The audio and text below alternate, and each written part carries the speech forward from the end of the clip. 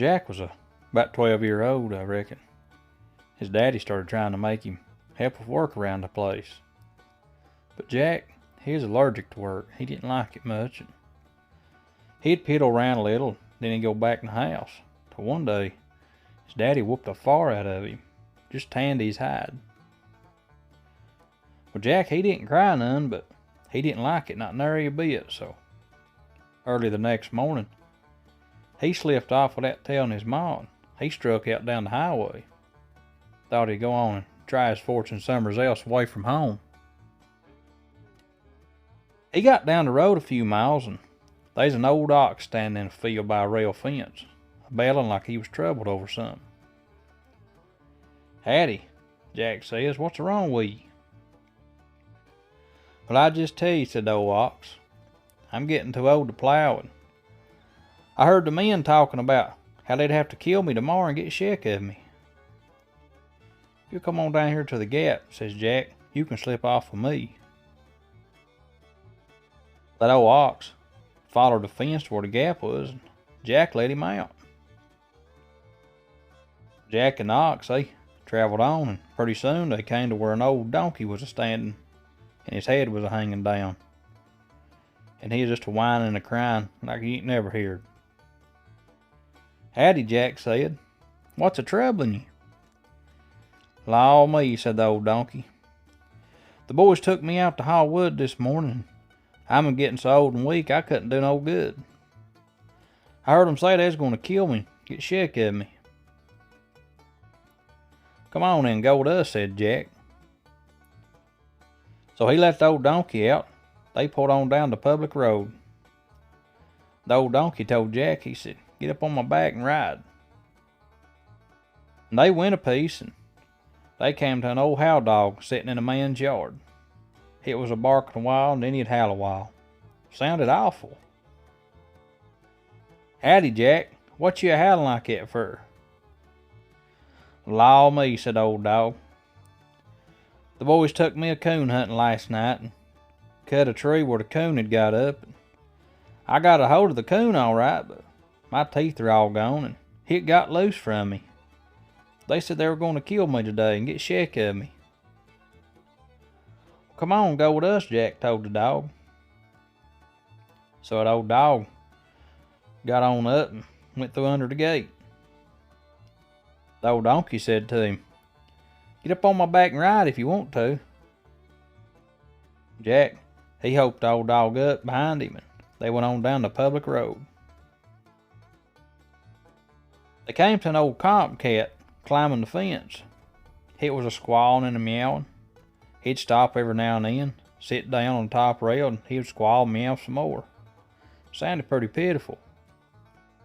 "Howdy," Jack said. "What you making all that squealing sound for?" "Hey, law me," said the old cat.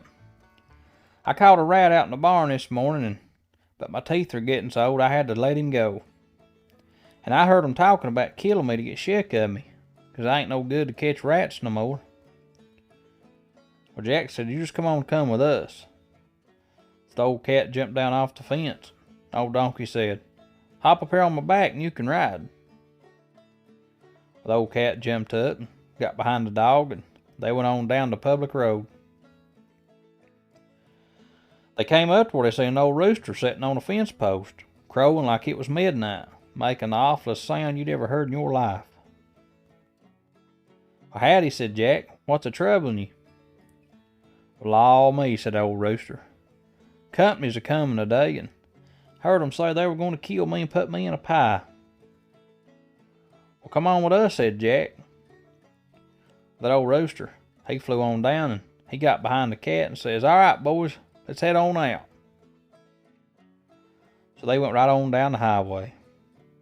Well, that was about all could get on the donkey's back. The old rooster was right on top of its tail and having a sort of a time staying on. And they traveled on and traveled on till it got plumb dark. "Well," Jack says, "we got to get off the road and find a place to stay for tonight." And directly, they came to a little path leading off into the woods. They decided to take it. See if they could find a place where they could stay. They went a right smart piece further. Way long up in the night, and they came to the old shack. Didn't have no clearing around it. Jack, he hollered out there by the fence, but he didn't hear nobody holler back. Come on, said old donkey. Let's go in and check it out. Well, there wasn't nobody ever come to the door, and wasn't nobody around back of the house, so directly they went on in. Found a right smart good to eat, too. Jack, he said, now who in the world do you reckon could be living out here in such a wilderness of a place like this? Well, the old donkey said, it's my opinion that a gang of them old highway robbers are hiding out here. So Jack says, it looks like we might as well take up and stay if they done stole all these victuals. We got as much right to them as they do. Yes, sir, said old dog. That's exactly what I'm a-thinking. But if we stay, I believe we better get fixed for a fight. I expect they'll be coming back here about midnight. Well, that's just what I was going to say, said old cat. I bet it's pretty close to midnight right now. Well, it lacks about hours, said old rooster. Come on in, said Jack. Let's all of us get set for a fight. The old ox, he said he'd stay out in the yard. The donkey said he'd take up and stand on the porch just outside the door. Well, the old hound dog, he said he'd just get behind the door and he'd fight 'em from there. The old tomcat got down the fireplace, and the old rooster, he flew up on the comb of the house. If you boys need any help now, you just call on me. They all waited a while. Directly they heard somebody coming. Sure enough, it was 7 highway robbers. And they kept on coming till they got pretty close to the house, and then they told one of them, said, you going up, you start a fire, so we could have a light to see to get in, so we can divide all this money out we've been a-stealing.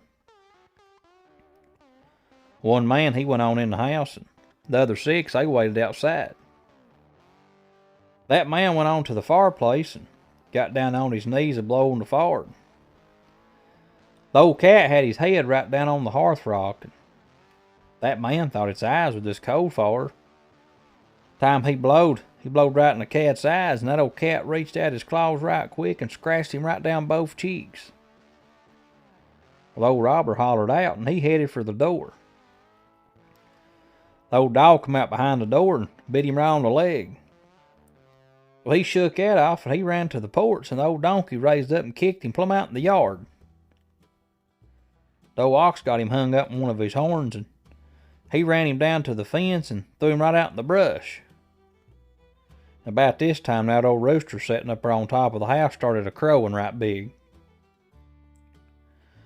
The other robbers, they heard all that racket, and they put out a form there just to fly as fast as they could run. The one they had sent in the house finally got up to him, and he was running like a streak.